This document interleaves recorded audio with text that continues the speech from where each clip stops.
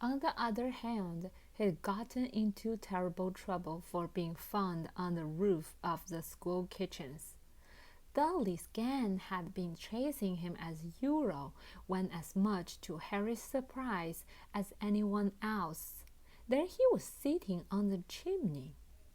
The Dursleys had received a very angry letter from Harry's headmistress, telling them Harry had been climbing school buildings.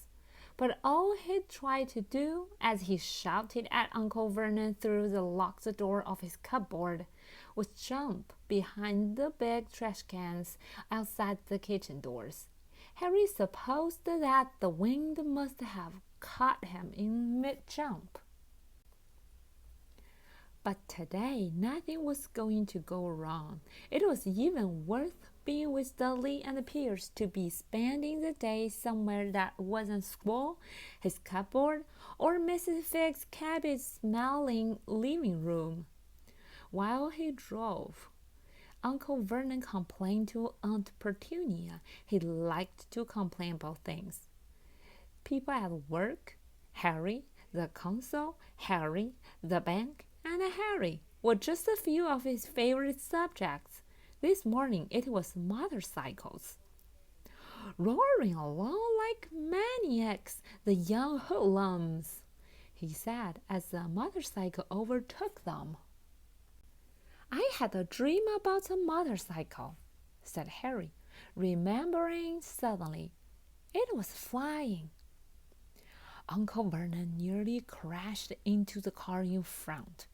He turned right around in his seat and yelled at Harry, his face like a gigantic beet with a mustache.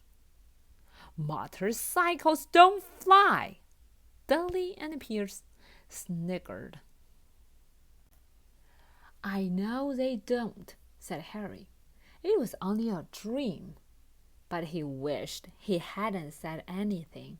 If there was one thing the Dursleys hated even more than his asking questions, it was his talking about anything acting in a way it shouldn't, no matter if it was in a dream or even a cartoon. They seemed to think he might get dangerous ideas. It was a very sunny Saturday, and the zoo was crowded with families.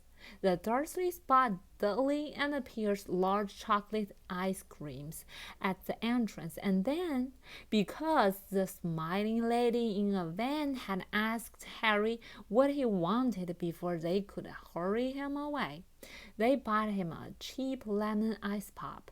It wasn't bad either, Harry thought, licking it as they watched a gorilla scratching his head who looked remarkably like Dudley, except that it wasn't blonde.